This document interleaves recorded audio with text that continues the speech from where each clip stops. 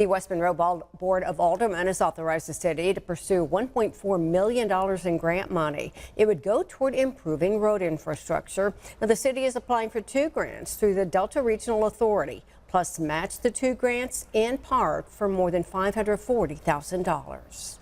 One of the grants is for a portion of Constitution that was not overlaid several years ago when the rest of it was. Cotton Street in downtown West Monroe, it does need overlaid and the sidewalks repaired, which right now through capital outlay, we are scheduled to receive $1 million to do that type of work.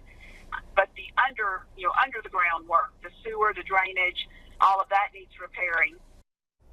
A decision on the grant awards is expected this fall. And of course, we will post any updates as the grant process moves forward in our KNOE 8 News app. It is free. You can find it in the App Store.